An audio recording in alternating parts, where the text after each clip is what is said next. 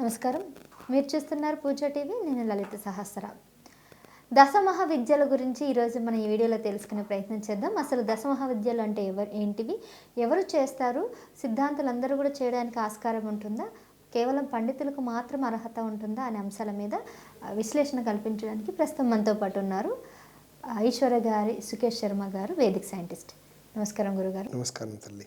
గురుగారు, ఈ మధ్యన కొంతమంది జ్యోతిష్య నిపుణులంతా కూడా దశమహావిద్య సిద్ధాంతులు అన్నట్టు కూడా చెప్తున్నారు. మరి ఎవరు ఈ దశమహావిద్యను నేర్చుకోవడానికి అర్హత కలిగిన వారు? కేవలం పండితులు మాత్రమే నేర్చుకోవాలంటారా? సామాన్య ప్రజలకు ఇది ఏమన్నా అవకాశం ఉందంటారా? వాస్తవానికి మీరు అడిగినటువంటి ప్రశ్న చిన్నదైనా దాని అంతరార్థం చాలా పెద్ద తల్లి. విషయం ఏంటంటే, దశమహావిద్యలు ఈ మధ్యకాలంలో బాగా ప్రచురణ పడ్డాయి. కానీ దశమహావిద్యలు ఎవరు పడితే వాళ్ళు చేయడానికి లేదు. అది గురుముఖత రావాల్సినటువంటివి. అందులో దక్షిణ భారతదేశంలో దశమహావిద్యలు అనేటటువంటివి ప్రచారణ చాలా తక్కువ. శ్రీ విద్యా సాంప్రదాయం మన దక్షిణ భారతదేశంలో ఎక్కువగా లలిత అమ్మవారి యొక్క ఆరాధన ఎక్కువగా జరుగుతుంది. ఆవిడే దశమహావిద్యల్లో 3వ మహావిద్య అయినటువంటి త్రిపుర భైరవిగా కొలవబడేటటువంటి లలిత అమ్మవారు. అయితే ఈ దశమహావిద్యలన్నీ కూడా ఉత్తరప్రదేశ్ మరియు ఉత్తరాఖండ్, కేరళలో కొంత ప్రాంతము, మహారాష్ట్ర, మధ్యప్రదేశ్లో కొన్ని విద్యలు ఉండేవి. మన వైపు కేవలం లలిత అమ్మవారు, శ్రీవిద్య, మహావిద్య, ఈ యొక్క లలితా పరంపరకు సంబంధించినటువంటివే ఎక్కువగా ప్రాచుర్యంలోకి ఉండేది. కానీ ఇప్పుడు కాలానుగుణంగా ఈ దశమహావిద్యలన్నీ కూడా బాగా వింటూ ఉన్నాం. అందులో విశేషించి వామాచారమని, దక్షిణాచారమని, కౌలాచారమని, తంత్రాచారమని రకరకాల ఆచారాలు. వాస్తవానికి మనము దక్షిణ భారతదేశం కావచ్చు, అసలు ఎక్కడైనా కానీ ఆచారాల్లో దక్షిణాచారం మాత్రమే ఆచరించమని శాస్త్రం చెప్తుంది. అంటే సాత్వికమైనటువంటివి, ఎలాంటి జంతు బలులు లేనటువంటివి, మద్యము మాంసముతో కూడుకున్నటువంటివి.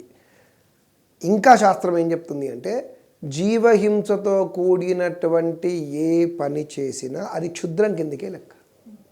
దశమహావిద్యల్లో బ్రాహ్మణులైనటువంటి వాళ్ళు, సిద్ధాంతులు పండితులు అని కాదు, ఇక్కడ బ్రాహ్మణులు అయినటువంటి వాళ్ళు, తర్వాత శాశ్వతమైనటువంటి ఫలితాన్ని కోరుకునేటటువంటి వాళ్ళు జీవహింసతో కూడినటువంటి హోమాలు, యజ్ఞయాగాది కర్తవులు చేయకూడదు. కాలానుగుణంగా అవన్నీ పక్కన పెట్టి మేము బ్రాహ్మణులము అని చెప్పుకునేటటువంటి కొంతమంది మాంసాహారములు, మద్యములు ఇవన్నీ కూడా వేస్తూ అవి దశమహావిద్య హోమాలు అని చెప్తున్నారు. గురుముఖత లేకుండా ఈ హోమాలు చేయకూడదు. అసలు వాళ్లకు ఎవరు గురువు, ప్రమాణం ఏంటిది, ఎవరి దగ్గర నేర్చుకున్నారు, అలాంటి గురువులు ఇలా చేయమని చెప్పారా అనేటటువంటి ప్రశ్నలు ఎవరు తీయటం లేదు. దశమహావిద్యలన్నీ కూడా సాత్వికంగా అందులో కొన్ని ఉంటాయి, తామసికంగా ఉగ్రంగా కొన్ని మహావిద్యలు ఉంటాయి. ఆయా విద్యల్ని అలానే చెయ్యాలి అనంటే బ్రాహ్మణులకు ఆ విద్యలు అనేటటువంటివి చేయడానికి అర్హత లేదు. ఇప్పుడు బ్రాహ్మణుడికే అర్హత లేనప్పుడు మిగతా వాళ్ళకి ఎక్కడి నుంచి వస్తాయి? ఒకవేళ బ్రాహ్మణులు ఆ దశమహావిద్యల్ని ఉపాసన చెయ్యాలి అంటే సాత్వికంగానే చేయమని చెప్పింది శాస్త్రం. అంటే ఇక్కడ జంతు బలులు కానీ, మాంసములు, మద్యములు అనే ప్లేస్లో గుమ్మడికాయలు, కొబ్బరికాయలు, నిమ్మకాయలు వీటితోనే చేయమని చెప్పింది. ఈ దశమహావిద్యలు తాత్కాలికంగా ఫలితాన్ని ఇచ్చిన, దాంట్లో ఉండే లోపాలు కానీ గురుముఖత లేకుండా ఎవరితో పడితే వాళ్ళతో చేయడం వల్ల ఏ దేవత అయితే మీరు ఉపాసన చేశారో ఆ దేవతనే తిరిగి మిమ్మల్ని భక్షిస్తుంది. ఎందుకు అంటే మంత్రములో ప్రత్యేకించి ఈ దశమహావిద్యలు కావచ్చు, వారాహి కావచ్చు, ఈ భైరవులు కావచ్చు, బేతాళుడు, ఇప్పుడు కాలభైరవుడు, ఇవన్నీ కూడా ఉగ్రదేవతలు. వీళ్ళు మంత్రాధీనంత దైవతం తన్మంత్రం బ్రాహ్మణాధీనం అని వేదమే చెప్పింది. అదే వేదం ఇంకొక విషయం కూడా చెప్పింది. అదేంటి అంటే, మంత్రోహీన స్వరతో వర్ధతోవా యదేంద్రశత్రు స్వరతోపరార్థం సవాగ్వజ్రం యజమానస్య హంతు. ఒక మంత్రంలో ఎన్ని అక్షరాలు ఉంటాయో ఆ అక్షరాలన్నీ కూడా వేదము చెప్పినట్టుగా పూజలు యజ్ఞయాగాది క్రతువులు చేసుకుంటే ఆ ఒక్కొక్క అక్షరము ఒక్కొక్క వజ్రాయుధమై చేయించుకున్నటువంటి వానికి చేసినటువంటి వాని యొక్క సమస్యలను శత్రువులను బాధలను నరికేస్తాయట. ఒకవేళ వేదము చెప్పినట్టుగా కాకుండా వాళ్ళకు ఇష్టం వచ్చినట్టు మంత్రాలను మిస్యూజ్ చేసుకుంటూ దేవతలను మిస్యూజ్ చేసుకుంటూ ఎట్లా పడితే అట్లా క్షుద్రోపాసనలు చేసుకుంటూ జీవహింసతో కూడినటువంటి పూజలు చేయడం వల్ల యదేంద్ర శత్రు స్వరతోపరార్థం సభాగ్వజ్రం యజమానస్య హంతు.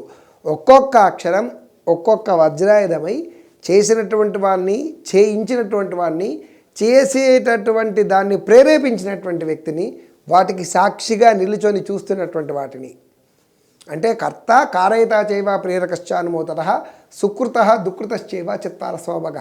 చేసేవాడు చేయించేవాడు చేయించుకునేటటువంటి వాడు దీన్నంతా చూసేటటువంటి వాడు వీళ్ళందరికీ సమానమైనటువంటి ఫలితం వస్తుంది. ఒక్కొక్క అక్షరము ఒక్కొక్క వజ్రాయుధమై వాళ్ళ వంశాన్నంతటినీ సమూలంగా నాశనం చేస్తుంది అని శాస్త్రమే చెప్తుంది. అందుకని దశమహావిద్యలు కావచ్చు, వారాహి కావచ్చు, ఉగ్రదేవతారాధనలు కావచ్చు, ఎలా పడితే అలా చేయడానికి లేదు. గురుముఖత లేకుండా చేయడానికి లేదు. అసలు జనాలతోని ఈ దశమహావిద్యలు అనేటటువంటివి సాత్వికంగా తప్ప తామసికంగా కానీ రౌద్రంగా కానీ ఇలాంటివి చేయించకూడదు. అలా చేయిస్తే వాళ్ళ వంశములన్నీ కూడా నిర్విఘ్నమైపోతుంది, చాలా కష్టాలు పడతాయి.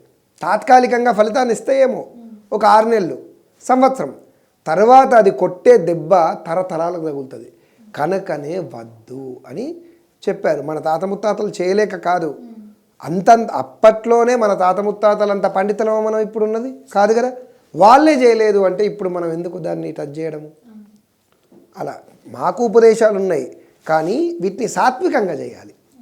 జంతు బలులు జీవహింసలతో కూడినటువంటి దశమహావిద్య హోమాలు అనేటటువంటివి వాళ్ళకే కాదు దేశానికి కూడా మంచిది కాదు. కనుక ఇలాంటి వాటిని మీరు ముఖ్యంగా మీరు ఎంకరేజ్ చేయకుండా ఎందుకంటే మీడియా అంటేనే సత్యము, నిజాన్ని బయటికి తీసేటటువంటిదే కదా మీడియా అంటే.